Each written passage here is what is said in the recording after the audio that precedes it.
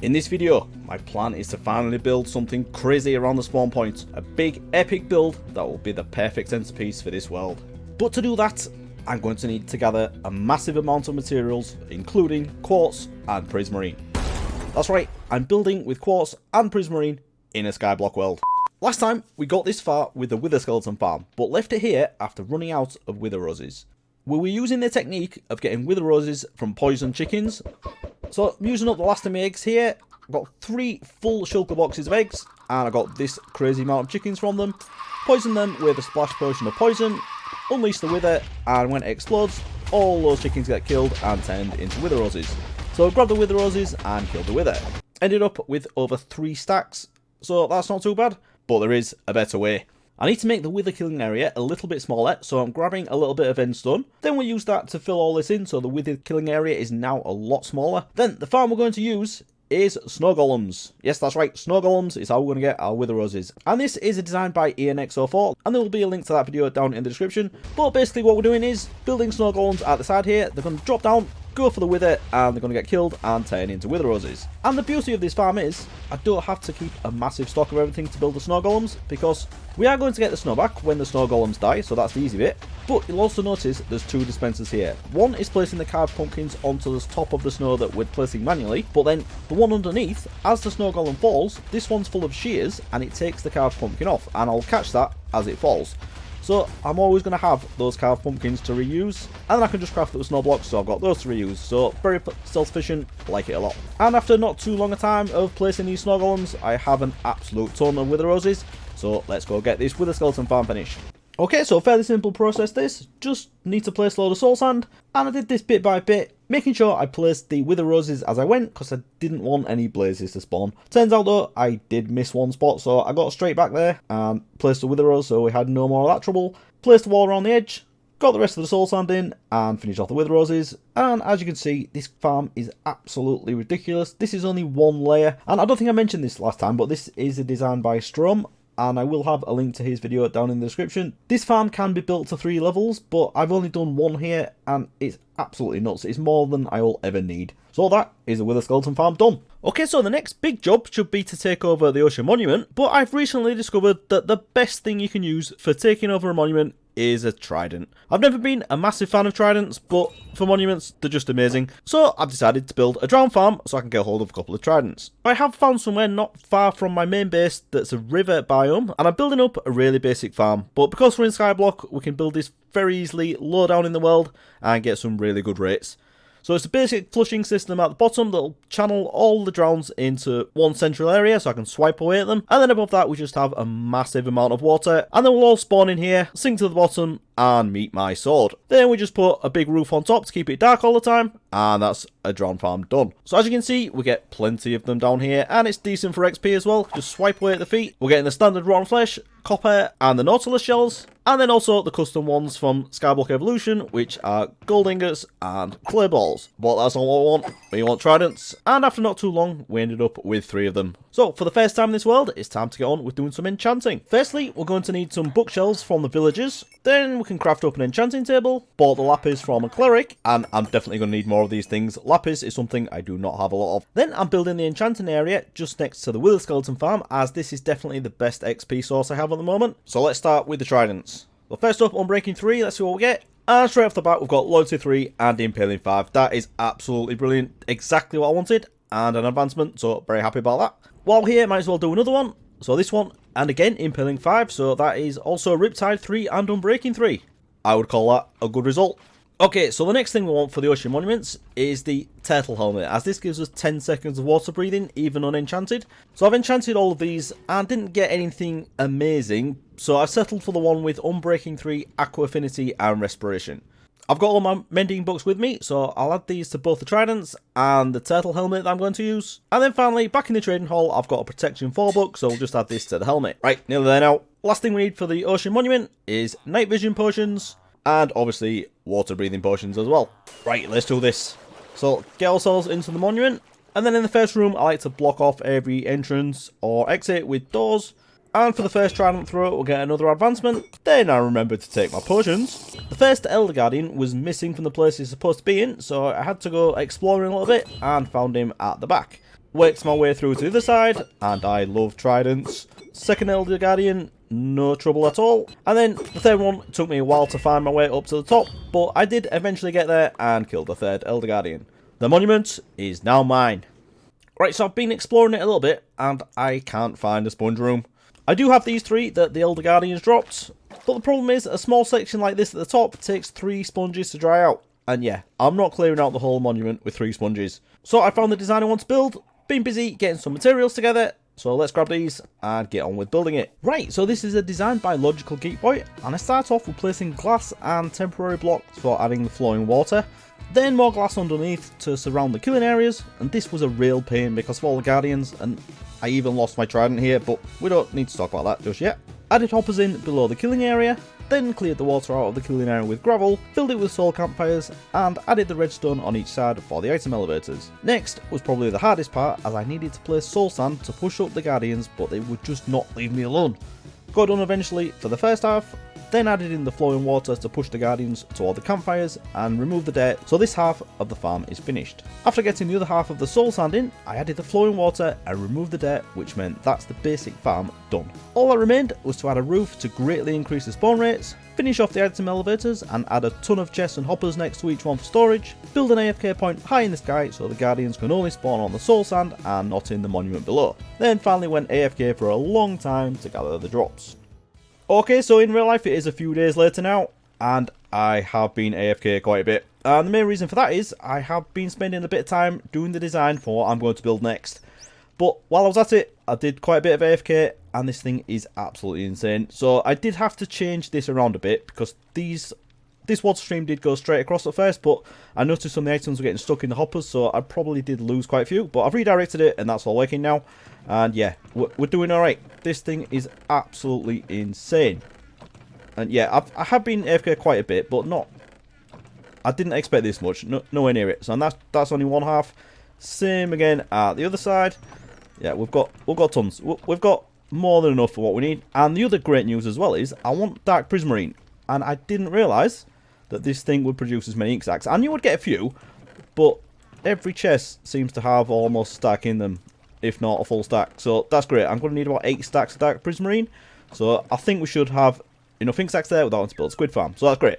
And I got all my stuff out of the monument, so we'll take all this back. I'm going to craft up a few Prismarine blocks and sea lanterns, and we can actually get on. We're doing some building. Okay, so we're back home, and I have everything piled down here that I think I'm going to need. So firstly, we've got a load of snow, and I'm going to use this as like a base platform, because there's quite an intricate design for the flooring, so I thought I'd just put some snow down first. We have plenty of stone, and all the variants that I had kicking around. Quite a bit of smooth stone, and an absolute ton of quartz, which I thought I was going to need more, but I found this much because I've been trading with my villagers quite a lot with my masons, and this is what I managed to get out of them so far. So yeah, that should definitely do. Same thing for the andesite. I've got that from there because I don't really want to waste quartz and craft that into andesite. A few frog lights, and there's quite a bit of wood on the interior, so hopefully this will be enough. Well then, the main thing is the prismarine. This is what I crafted up, and I've got plenty of dark prismarine, loads of the brick, sea lanterns, and the prismarine. So I think this is everything we need. I really hope so anyway. Let's get on with it. Okay, so the first step is to put a temporary platform in, and I'm sure it will come as no surprise. As always in this world, we're using snow blocks, and this is just a base so I can build a more intricate design on top. And with this build, I had the dome design first, and I really struggled with what to do in the interior. It was originally going to be birchwood amongst many other things, but finally I decided to go with quartz and prismarine to tie in with the design of the dome above, and I think this is looking pretty good. Another part that I struggled with was these pillars, and here I'm building a much more simplified version as they are going to have a lot more texture eventually, but I was getting bogged down in the details, so decided to keep it simple for now. I like how the stone brick for the pillars and archways balances the fanciness of the other materials. Also, it's way easier to get, so that's definitely a bonus. But we'll be coming back later, roughing things up, adding in a lot more texture. But for now, I'm liking the shape of this. Then, it's back to very fancy for the dome above. I've had some version of this thing built in a test world for a really long time now, and I was kind of dreading building it in survival, but to be fair, it went pretty well. A last minute addition was the ring of frog lights around the edge. I don't know why, but it just works. And then on top, this is where the prismarine came in, absolute ton of it. Loads of quartz as well, and a little spike on the top. This is going to work as a really great centerpiece for this world. Then on the interior, slightly less fancy again, And we are back to stone brick, but it is still pretty epic because of the skill and plenty of sea lanterns to match the prismarine theme. And there it is, all done. I am so happy with how this thing's turned out, and it definitely sets the tone for the things that I'm going to be coming up with next. But before we can get on with anything else, I suppose we should just have a quick look around. Yeah, this thing is absolutely huge. This here is the world spawn, so if we ever lose our bed and die or come back from the end, we'll end up right here. So definitely a great place to come back to. So I am very happy with this building, but you also may have noticed that I have got a bit of a cold. Now I normally would wait to let my voice get back to normal, but I'm really excited. That's two reasons. One, because I want to get on with the stuff in this world, but also my new PC has arrived and I am so excited. I just want to get into it, make some videos in there, because this one I've had for the last 3 years, my first 3 years on YouTube, and it served me well. But now I want to get on with some good stuff, get an actual decent frame rate for a change, do some better quality recordings, and hopefully get stuff done a little bit quicker, because my editing process won't be as painful as it is now. Hopefully, anyway. Right, so now I want to try and unlock a bit more of my inventory. So if you don't know what I'm talking about, in Skyblock Evolution we have these locked slot inventory items, and to get rid of them we need to get advancements, and it's about, I think it's 3 for each one. So first up, as you'll see, I have a cartographer here, and one of the advancements I want to get is to buy a Ocean Explorer map. So I'm just going to level him up to the next lot. We've got that unlocked there, so I'm going to send him through the zombie process so we can get this cheaper. Okay, he's now cured, and for 1 emerald and a compass, we now have an Ocean Explorer map, and that is 2 advancements. Very nice. Next up, a nice and simple one. I've already collected all the logs, but I haven't had them in my inventory at one point. Now, I don't know which ones I need, because as you'll see, I don't have the crimson wood. So hopefully, it's just the overworld ones. So grab the main 6. That's not it. So if we also grab the mangrove, yep, there we go. There's another one. Okay, same deal for the saplings. I'm assuming it's going to be the same ones, but let's just grab the 6 first. No, add the mangrove, and there we go. That's another advancement. Okay, another fairly easy one is the dyes.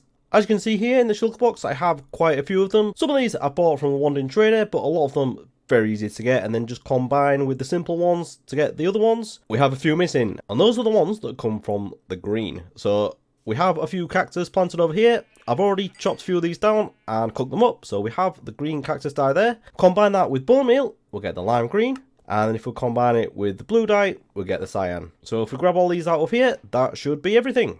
And there we go, that is another advancement for the dyes. Next one, just as simple, just need to pick up a stack of beetroot. I've been farming this for a while, but haven't had a stack in my inventory in one go, so if we grab that, there's one advancement. And then another nice and simple one, I've got some wooden bowls with me, I just need to craft a beetroot soup, and that's another one. Then nice and simple again, over in the lush cave, we just need to catch an axolotl.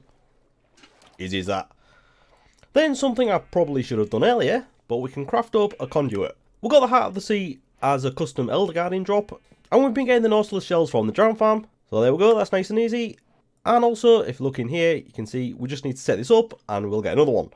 Right, so just down in the monument, build this up, stick this in the middle, remove the temporary block, and we have another advancement.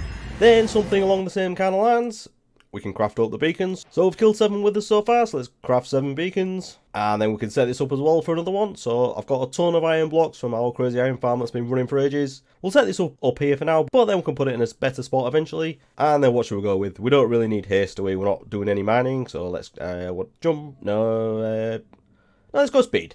I think speed would be good for running around here. Speed 2. There we go. You know what? While I'm at it, I've added another one, and I've added jump onto that. That'll help. Then another simple one, if we put this copper block down, wax on, and wax off. And I've left the slightly more complicated one to last. What we need to do here is get a sword with the max enchantments. Now I might be wrong, but I believe you can only do this for enchanting. That's why it's set up like this. So if we did this with books, it'd get too expensive and we wouldn't be able to do it. So I'm just going to try enchanting a few of these swords and see what we'll get. Yep, not great. Terrible. And terrible. Right, okay. As always, I'll probably do this off camera because enchanting, you know me, don't work. Okay, so I've been at this a little while and, you know, not great, but if I combine a couple of these, we should get something decent. Now, with that, that's alright. So I think, what do we need there? We need mending and sweeping edge. So we've got, right, I've got a mending book here, so we'll put that on. Now I just need to go back and get a sweeping edge book. And luckily we have all the villages set up, so I can buy this. And I can put this on it. And of course I don't have enough levels. Right. Back to the Wither Skeleton Farm. A few more levels. And I'll put it on there. And there we go. We have it. Nice. And there's the advancement.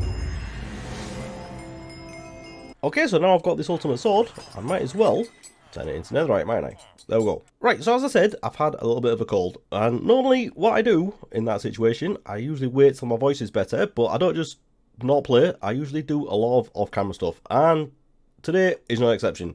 As you'll see, I've built another dodgy track up to the top level of my villager trading hall, and that's because I've been struggling for redstone. So to fix that, I've moved in a ton of clerics, and yeah, I've been buying an absolute ton of redstone. Got loads of it now. Because I've been doing a few redstone projects recently, the first few that I've done. I needed a bit for the Guardian farm, but mainly for the gold farm last time and the Wither Skeleton farm as well. So, yeah, this should keep us going. I've come up here quite a lot. I've been selling loads of rotten flesh, buying loads of redstone.